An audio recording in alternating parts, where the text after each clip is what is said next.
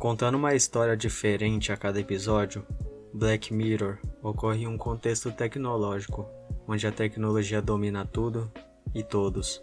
Como em todos os episódios, em USS Callister não é diferente. O episódio conta a história de Robert Daly. Robert é um dos criadores da empresa Callister, a criadora do famoso jogo Infinity, onde ele é o CTO, mas é tratado como um simples funcionário. No dia a dia, Robert é um homem tímido, introvertido e inseguro com o ambiente de trabalho. Também sendo um dos criadores da empresa Callister, James Walton, o CEO, trata Robert como um funcionário qualquer da empresa, ganhando dinheiro em cima do trabalho dele, que é o que frustra muito Robert por não conseguir nenhum crédito pela criação do Infinity.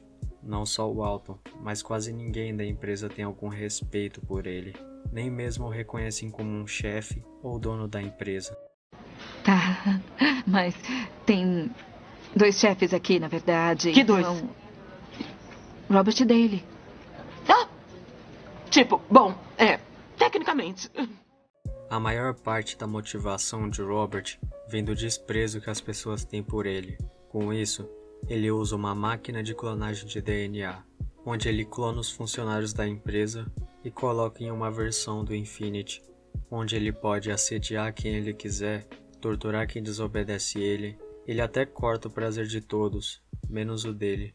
O Infinity é um jogo com uma temática espacial, onde o jogador viaja pelo espaço fazendo trocas e batalhas com outros players. A tripulação de Robert é composta por 6 tripulantes, que na vida real são 6 funcionários diferentes da empresa. Os funcionários são Shania, Nanette, James Walton, Dudani, Nate Packer e Helena, a secretária. Cada um deles foi colocado no jogo por um respectivo motivo. Shania foi colocada no jogo depois que teve uma discussão com Robert. Helena não sorriu o suficiente. Nate Packer fez o sanduíche errado. Dudani cometeu um erro de programação. Nanette foi colocada quando disse que não sente nada romântico por ele. E o Walton, quem ele mais odeia, nunca considerou Robert como uma parte essencial da empresa. Todos os tripulantes têm a plena consciência que existe um mundo lá fora. Eles se lembram de suas vidas até chegarem lá, mas o único que pode sair é Robert. Fora do jogo, Robert é um homem tímido e inseguro. Porém, dentro do jogo, ele muda completamente.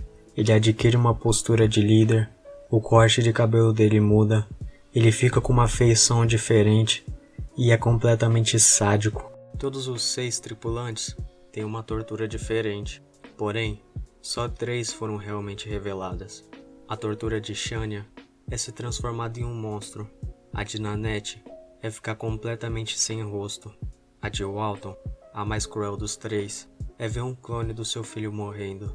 Robert roubou o DNA de Tommy, o filho de Walton, e o matou na frente dele, e ameaçou recriá-lo caso ele se rebelasse. Entre as 3 punições, a de Nanette pode ter algo relacionado à beleza dela, por ela ser alguém que Robert acha atraente, e sem a beleza dela, ela não é nada para ele. Parte da crueldade do personagem vem do ponto da posição dele na empresa, por ele ser o CTO, mas ninguém se importar realmente com isso, ou saber que ele tá ali na empresa e foi o pilar para a criação e ascensão dela. Mas isso é só uma parcela do ódio que ele tem. A outra parte é referente ao Walton, por ele se considerar o único dono da empresa. Por isso ele foi o primeiro funcionário a ser clonado e colocado dentro do jogo. Diante de tudo que ele passa, ele busca acima de tudo ter controle em alguma coisa.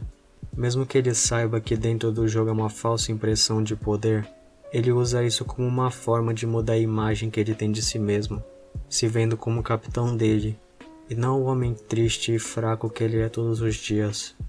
Uma coisa que se destaca muito no episódio são as cores. Seja dentro ou fora do ambiente do jogo, as cores são as coisas mais simbólicas do episódio inteiro. Cada cor representa uma coisa. O amarelo, a cor mais presente em todo episódio, aparece em quase todo o ambiente que Robert está. Por isso, ela simboliza a zona de conforto dele. O roxo, que aparece sempre quando ele chega no ambiente da nave, simboliza a transferência de homem para Deus. Sem Robert no ambiente do jogo, as cores são azuis e brancas. Porém, quando ele chega no ambiente do jogo, o ambiente fica completamente roxo e com as luzes amarelas, que é para simbolizar que ele chegou e controla tudo do ambiente. As cores de dentro do jogo fazem uma alusão à vida das pessoas no contexto de Black Mirror, onde a vida real não é tão importante quanto a vida online, onde a vida real é filtrada em cores mortas, como branco, preto e cinza, enquanto a vida online é mais viva e colorida. Um fato interessante é que no episódio Black Museum, vemos a máquina de Robert Daly, onde o episódio fala sobre os direitos humanos dos cookies. Os direitos humanos dos cookies são basicamente uma série de leis criadas para proibir e controlar tecnologias que podem ser nocivas, como a consciência replicada. Criadas essas leis, o que Robert Daly fez é considerado ilegal, mas o motivo da máquina estar no museu é outro.